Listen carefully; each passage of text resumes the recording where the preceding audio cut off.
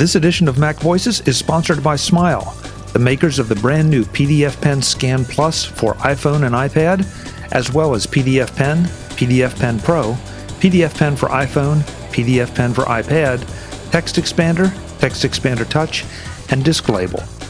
Find out more about all their great products at smilesoftware.com. Welcome back to MacVoices. This is the Talk of the Mac community. I'm Chuck Joyner. Folks, it's kind of exciting. Apple has released the Yosemite beta, and what a surprise. Joe Kissell has written a book about it. Joe, it's good to have you. I had nothing to do yesterday afternoon, so I figured, let's just crank out a book real quick. How hard could it be? I think there are people that would probably even believe that about you. Yeah, even I can't produce a book that fast. But, so this is Take Control of Beta Testing Yosemite. Right on, yeah. And I'm intrigued because this book is a little different. We've had Take Control of one version of the OS or another, or of I guess, getting started with, or, a couple different titles. Yeah, upgrading to. But this is different. This is, I'm serious now. You don't see books written about betas very often. And definitely, but on the other hand, Apple has not released a system beta before to the general public. So there are so many things that are different about this. I barely know where to begin. So let's start with Apple, because a few months ago, Apple had a public beta of 10.9.3, and that was the first time Apple had ever released. Well, I don't know about ever. First time in, let's say, many years that Apple had released a public beta of OS X. And I think now it wasn't really obvious why they were doing that, and now I think I know why they were doing it. They were doing that to get experience, to see how the system worked, because they were planning on doing this. So that Apple is releasing public betas at all is extraordinary, because historically, the company has always been so incredibly secretive and so incredibly protective of their intellectual property. And even though, well, we can talk about intellectual property a little bit later, but anyway, even though they're making the right sounds, they really are opening up the floodgates this time, and there will be a lot of people with early access to this beta, a lot more than would normally have access. So that's extraordinary. And so we decided, since Apple is going to do something crazy, we'll do something crazy too. By the way, I should say, there will still be a book, Take Control of Upgrading to Yosemite. It will be in the same vein as my earlier books on upgrading to Mavericks and Mountain Lion and so forth, so that will still happen. That's coming a little bit later. That book, the upgrading book, is really for people who are maybe a little gun shy, a little bit nervous about the upgrading process. People who want to make sure they don't make a mistake. They want to make sure they don't lose data. They want to make sure they've got a solid plan. People who are, let's say, kind of risk averse. But this book, the book that's coming out now on beta testing Yosemite, is not for those people. This is for a different audience. This is for people who love taking risks. This is for people who don't mind trashing their entire computer because it's a beta and that could happen. So this is for people who are interested in trying out the new thing, and they want a little bit of guidance, a little bit of help. They want to stay out of severe trouble and understand what they're getting themselves into, but they don't need the sort of detailed instructions and handholding that are typical from a Take Control book. So I kind of say in the introduction to this book, you must be this tall to ride. I'm not going to be spelling out a lot of things. I'm going to be assuming a moderate level of technical ability. I'm not, I'm only going to take you so far, because if you can't go the rest of the way, you shouldn't be touching this beta in the first place. In fact, I think a lot of people shouldn't be touching it that are going to touch it. But I want to address a different audience, which is the people who really want to get their hands on the shiny new stuff, but they want a bit of background and guidance. They want to know about the testing, the bug reporting, and all kinds of other issues. So that's who I'm talking to for this book. Okay, so let's take it from the top. You leaned forward and you said it's a beta, and it is a beta. And there's this terrible temptation for all of us to say, "Oh, I want," like you say, the bright, shiny new stuff, Joe. But this one scares me a little bit. This is not a beta program. This is a beta version of an operating system. So it's not like one app is going to crash, or you might lose one document. As you said before, you can lose your whole computer. Why would I want to do this? All right, so I actually start the book with a little analogy. So let's say you go to the car dealer, and the dealer says, "Hey, we've got a brand new model, next year's model. It won't be shipping for months, but I'm going to give you the chance to test drive it for free until it ships." And you're like, "That's awesome. New car, I get to drive it for free. It's got all the bells and whistles. It's shiny. I'll be the envy of all my friends."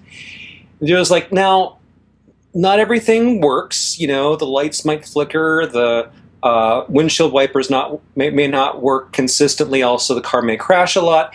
But you get to drive this fancy new car." And you're like, "Well, wait a minute. Crashing? The car's going to crash?" It was like, "Yeah, we're going to need you to go ahead and submit a detailed report every time that happens. But anyway, you get to drive this great car." And so that's kind of what it's like. It's a little less dangerous when your computer crashes. Usually won't be any injuries or, physical damage. But it's like that. You would do it for one of several reasons. One is you just want the shiny new thing, okay, which a lot of people do.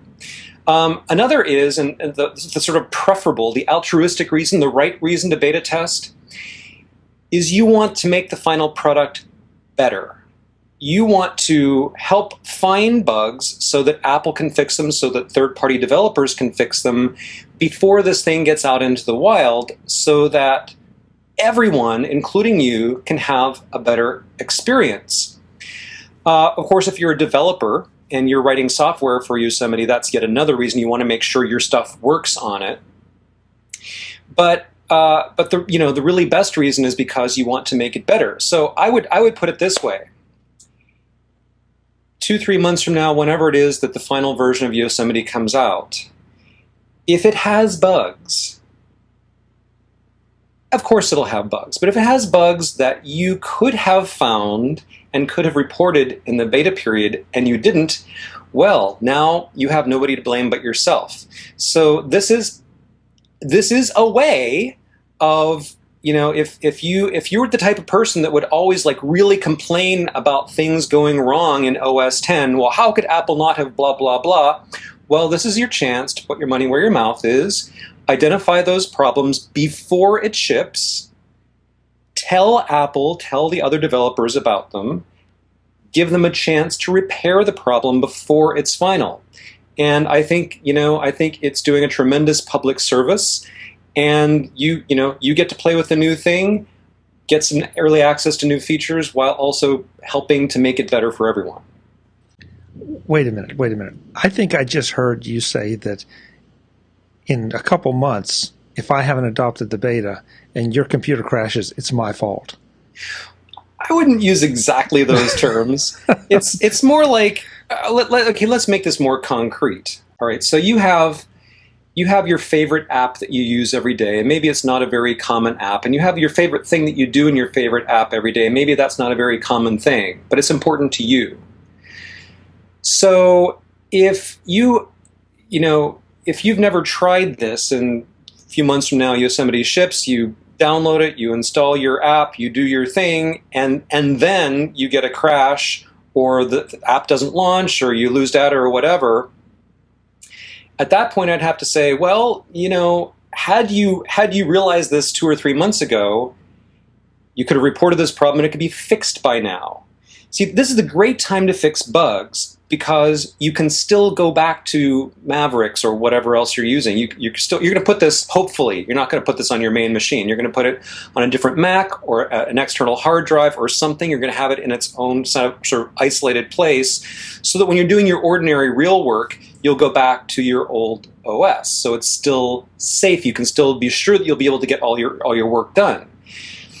At a certain time in the future, it'll be less easy to go back. So once Yosemite ships for real and you upgrade for real, it's going to be harder to go back. So this is your big chance to make sure that you don't encounter problems later on, now while it's still, relatively safe.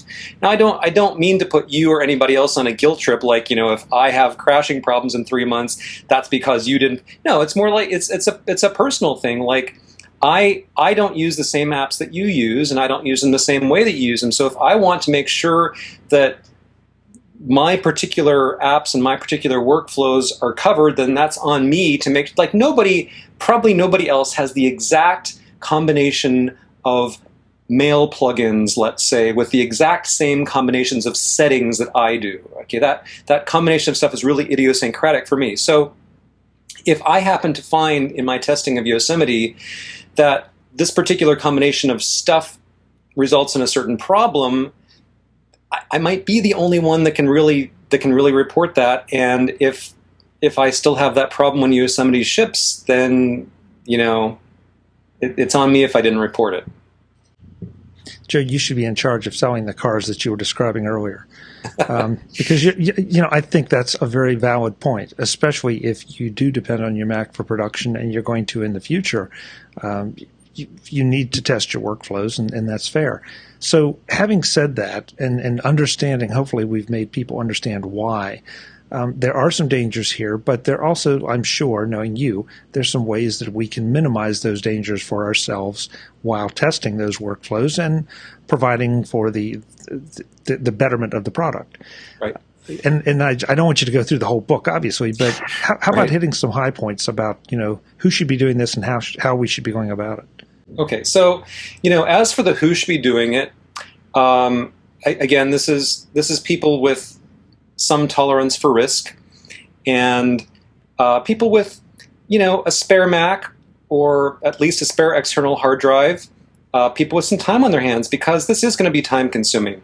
It's not going to just take time to install the beta and to play with it, but writing up bug reports, which you should do, is also going to take time. So if you don't have time to devote to this, and if you don't have time to deal with the inevitable bugs and crashes and whatever, don't do it. You should be at least moderately technically skilled. So it's for people who have the time and the skills and the desire to make this a better product. But back to the other part of your question, how do you do it? You'll be shocked, I'm sure, just flabbergasted to hear that the first and most important piece of advice I give is to back up. You've got to back up. I mean, really, really back up. Because here's the thing. You install the Yosemite beta. You can't uninstall it. It is not possible. You can't remove it and somehow magically get back to Mavericks. It can't be done.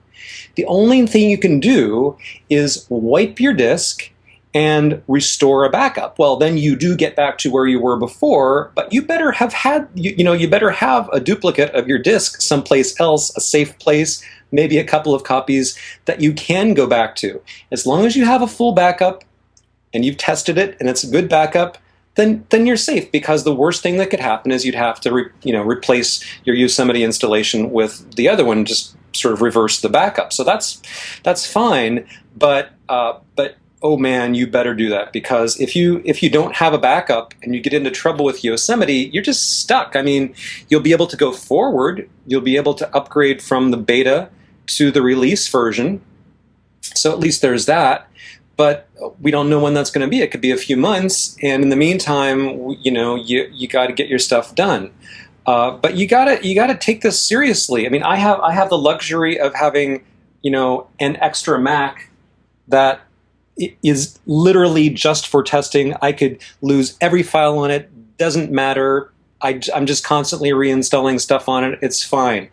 And I have this whole, like, I can't really show you, but sorry. I was trying to grab my big stack of hard drives, but they're tethered to the computer. But anyway, I have this big stack of hard drives that are just for testing, and I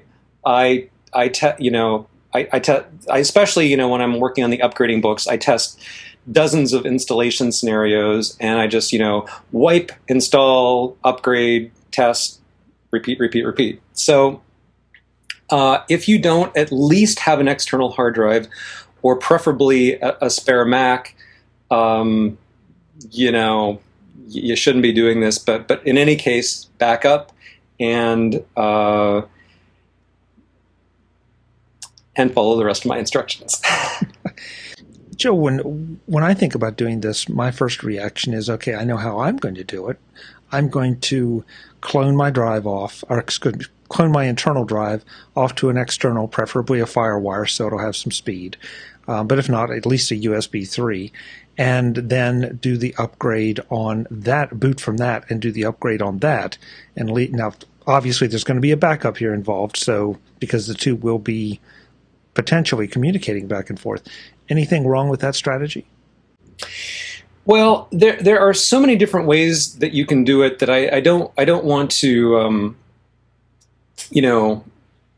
I don't want to impugn any particular approach or case, but I would actually do it slightly differently than that. I mean, it's your instinct of put it on an external drive is a good one, and your instinct of clone first and install in the clone as opposed to install in my main drive, that's also good. I would actually go another step beyond that, which is to make sure that that clone that you're installing the Yosemite beta onto isn't your only one. Okay. But basically, yes, that's one way to do it. Now, you've got your clone on an external hard drive, so there's a moment in time where your internal hard drive, your external hard drive are the same. If you want to go ahead and install Yosemite on your internal drive and just put that external drive someplace else that you won't touch, that's also okay. It'll still be connected. You can switch, use option at boot and switch back and forth between them. That's fine. It sort of depends on how likely you think it is that you're going to, like if you think you're going to dip into the beta for an hour a day or something, then, you want it on an external drive. You definitely don't want it on your main drive. If you think that you are likely to use the beta most of the time, you might be, take the riskier route and put it on your internal drive. It's not really riskier so much as that you're setting yourself up for more work if something goes wrong, which is likely. So, well, I'm sorry. No, I was just going to say, I talk about sort of a whole bunch of different approaches that people might take in installing the beta. What you described is one of them. If you happen to have an extra partition on your internal drive, you could put it there. If you have VMware Fusion, you could make a virtual machine and install the beta in that. Now, there are some tricks and gotchas and blah, blah, blah, but it can be done. At the moment, it can't be done with Parallels, it can't be done yet with Parallels. You can use Parallels in Yosemite to run other things, but you can't put Yosemite inside Parallels yet. VirtualBox, it can be done, but it's tricky. Fusion, if you get the very latest technology preview of Fusion, which of course I talk about in the book, it's the easiest. The spare drive, the spare machine. If you happen to use SuperDuper, which is a great cloning utility, a tool you might be using anyway to make that bootable duplicate, that backup of your disk before you upgrade. SuperDuper has a cool feature called Sandbox, and what it lets you do is you clone your internal drive onto an external drive. Okay. Now you boot up from the external drive, and you install Yosemite on that. But because of this sandbox, what it has actually done is it has put in symbolic links to your user folder and your applications folder on your main Mac, so that those files themselves aren't copied to the sandbox. Only symbolic links are put in. What that means is that as you're using Yosemite, if you were to create a new document that you put in your documents folder, now you restart from your regular hard drive, it's there. And vice versa. If you switch back to your main hard drive, you install a new app, or you create documents, and then you switch back to Yosemite, all that stuff will be there. So it's a way of making sure that the documents and apps that you work with on both sides stay in sync, but without actually touching what's on your internal drive. The internal hard drive remains, that it's just, you don't touch it. You don't start up from that. You start from the external one. But because of those links that are like aliases, you have the freedom to install stuff and play with stuff and know that you're not going to get into trouble because, oh no, later on that stuff is missing from my main disk. So that's another option. Yeah, I can think of, I'm sure you have a lot in the book, because I can also think of the option of taking an external drive, installing Yosemite on that, wipe that drive, install Yosemite on that, and then do Migration Assistant over from my original Mac, and that way it would at least be theoretically a little cleaner. Yes, you can absolutely do that as well. And there is also the option of, crazy option, right? Of doing an actual clean install of Yosemite, where you put it on an external drive, you don't upgrade from something else, you don't migrate data, you just have a clean, pure Yosemite installation. And honestly, I think that's kind of the best way to go, because at least at first, at least experimentally. Yes, eventually you are going to want to test your apps and your stuff on it, but a clean install will give you the smallest chance of errors and incompatibilities, and you'll have a qualitatively different experience. So I don't want to get into too much detail because NDA, and which is another thing I talk about in the book. But let's just say that there are some elements of the way you set up and use Yosemite that are different from Mavericks. And those elements might be masked or obscured. If you just do an upgrade, you wouldn't see them or notice them, and you might like them, you might not like them, but it could be interesting to just have these sort of clean from scratch experience to see what it's like. If you decide you don't like it, go back or do it another way. It's okay. I'm starting to have visions of like this octopus of hard drives connected to the Mac and trying to figure out which one you booted from and which method you used to install to test. Yeah, I've got, all of my hard drives have like little, masking tape labels on them, and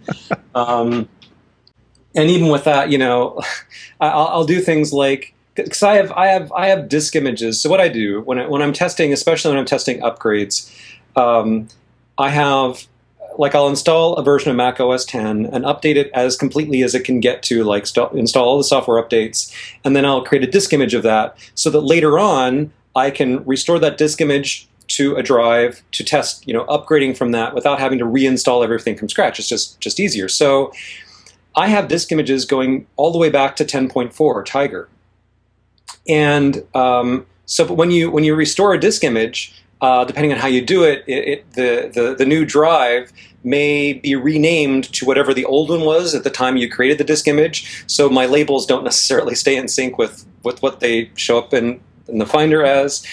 But the crazy thing about Yosemite is any Mac that will run Mavericks will also run Yosemite.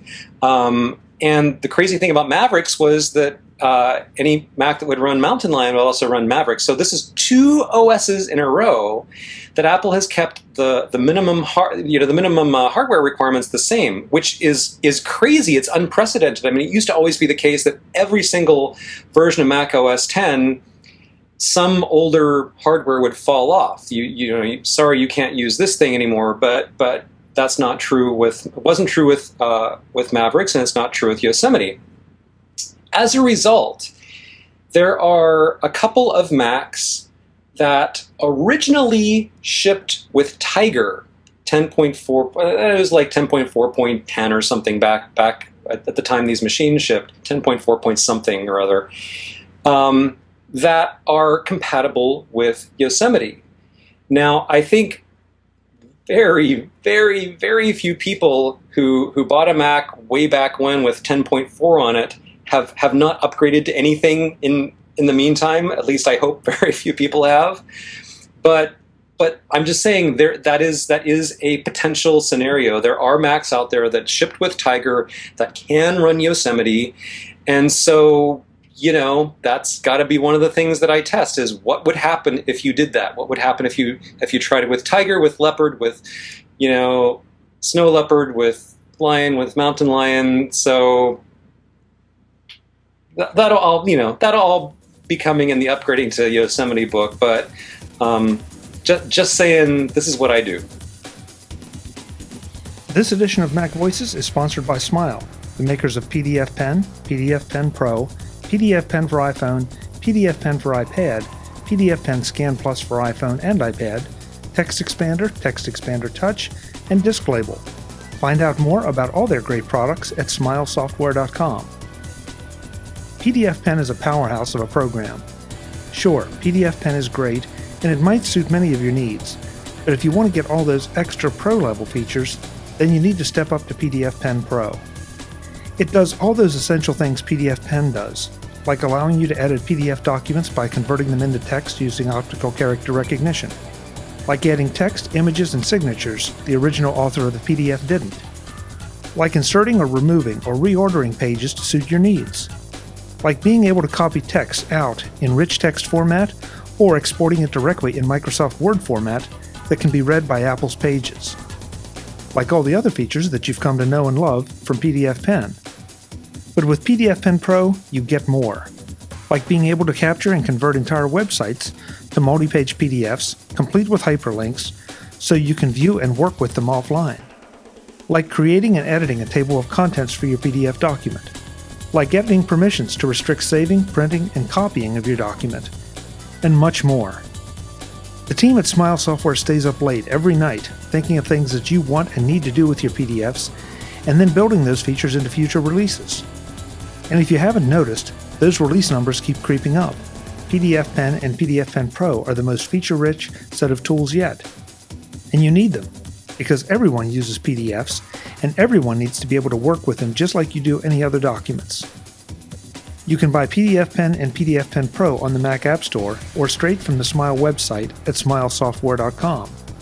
Or get a free demo so you can find out just how useful PDF Pen and PDF Pen Pro are. You'll soon wonder why you were ever putting up with all those uneditable PDFs in your life.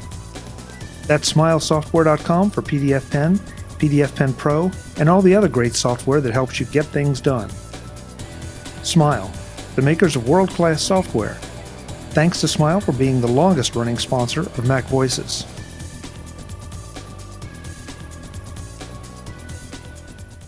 Joe, I don't want to keep it too long, but two other points I want to make sure we hit. You said early on, if you're not going to write up bug reports, a lot of people are going to touch this who have never written up a bug report, wouldn't know the first thing about how to go about it. Is there a form? Is there a format? Are there any tools that they could use to report their particular system configuration to Apple when something happens? Yes. So there are two paths. So the book acknowledges that there are two paths to beta testing Yosemite. There's the developer path, and then there's a public path. Now, the developer path is for people who have paid Apple $99 a year to be part of the Mac developer program, and normally the only people who would do that are people who are writing software for the Mac. That's sort of the purpose of the purpose of the program, because only people who are members of this program can actually submit apps to the Mac App Store and so forth. So you do this to get access to all of Apple's developer resources. One of those resources is Apple's bug reporter called Radar. And so the presumption is most people who are members of Apple's developer program, because they are actually developers, have encountered Radar, they are familiar with it, they know how to use it, and Radar asks for a specific set of facts presented in a specific way. I mention it. I don't go into great detail because I figure if you're a developer, you know. But there could be people who aren't really developers who, for whatever reason, decided to join the program, and I want them to at least be aware this is how you submit reports. And Apple has web pages saying, you know, this is exactly what should go in this field, and this is exactly what should go in this field, and this is how to collect this data, and so forth. Okay, so that's the developer angle. For members of the public, people who are in the public beta program, Yosemite comes with an app called Feedback Assistant. It's in your dock automatically after you install Yosemite, and you open this up, you log in with your Apple ID, and you basically just fill out a form. You say, okay, what am I having trouble with? You know, it's a particular app, or it's you know, OS X itself, or whatever it may be. You give your report a title, like, you know, screenshots appear in wrong format or whatever, just like a one-sentence title that is a summary of what's happening. And then you fill in a big field with everything else. And of course, Apple has guidelines for what you should put in there. And I talk about this sort of at length in the book, because my job used to be the guy at the software company that receives the bug reports and has to make sense of them and figure out what to do with them. And from that perspective, I know that the best, most helpful thing you can do for a software developer, and the way to maximize the chance that your bug will get fixed, is to give exact, detailed steps to reproduce it. You say, I did this, I did this, I did this, and then this happened. Oh, I tried this other thing, and then this didn't happen. I tried this, and it did. I tried this, and it didn't. The more information you can give about exactly what you did and exactly what the result you got was, the more likely it is that an Apple engineer will be able to follow those steps and get the same result. It is immeasurably easier to fix a bug if you can make it happen on purpose on your own computer. If you can't make it happen, you're just going to look through the sea of code and think, well, you know, there's a chance that changing this thing in this line could possibly fix that. But if I try it, I won't know if it fixed it or not because I can't see the bug. So it's super important to include steps to reproduce if at all possible.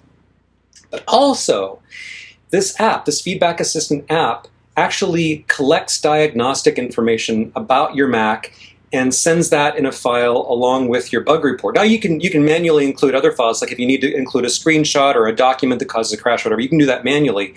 But it automatically collects data about, you know, your Mac's configuration and how much RAM you have and what apps are running in the background and stuff like that that can help Apple debug it. And that just happens in the background automatically. So Apple has made it as easy as possible for ordinary folks who aren't used to doing this to report bugs, but really, those steps to reproduce are just hugely important, and do that if you do nothing else.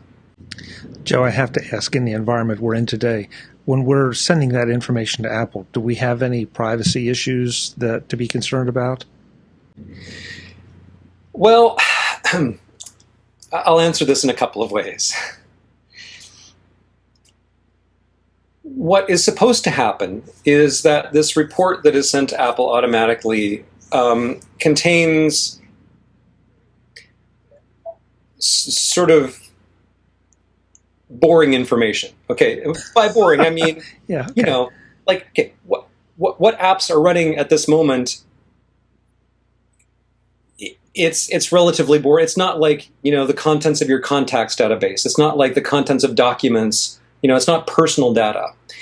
It's not personal data, but you have to understand that every single bug report includes your name. You have to log in with your name and your Apple ID, so Apple knows who the reports are coming from, and they know stuff about your system. If you are not willing to disclose to Apple your name and information about your system environment, you know, how much RAM it has, the size of your disks, your installed apps, what you have running in the background, then don't participate in the program. Now, again, this is a great reason why, if you're concerned about privacy, you run this on a separate Mac with a clean install of Yosemite so that there isn't any personal data there to even worry about. You can turn off, syncing in iCloud or any sort of syncing that might put personal data on the machine, just to be on the safe side. I could say, it's highly unlikely that Apple is collecting anything they shouldn't. It's highly unlikely that Apple is going to do anything untoward with your data. But I don't know. I mean, I haven't looked through every byte of this magical file that gets sent in the background, and anything's possible. So if you're concerned, take steps to protect yourself. Okay. It seems obvious, but it needed to be said. Sure. So, Joe, last question before we let you go. I realize that this is kind of a loaded question because we're talking about a beta, but any particular bugs, any particular issues that could be devastating to someone that you know about or that we know about that you would tell people to avoid at this point, or is it just everything that's known is known and that's why you're in the beta program? I am not aware of any bugs that I personally would classify as devastating. That doesn't mean they don't exist. But from what I have seen so far, the beta is reasonably solid, understanding that it's a beta, understanding that it's not complete. I think one of the most important things to be aware of, though, is not so much bugs as missing features. Now, on Apple's beta webpage, they have a list of features that do not yet exist in this beta. So a lot of the things like the communication between your iPhone or iPad and your Mac, like SMS and handoff and stuff, a lot of that stuff isn't there or isn't accessible if you're not a developer. So pay real attention to that. There are a number of features that were demonstrated at WWDC that are mentioned at Apple's website that the really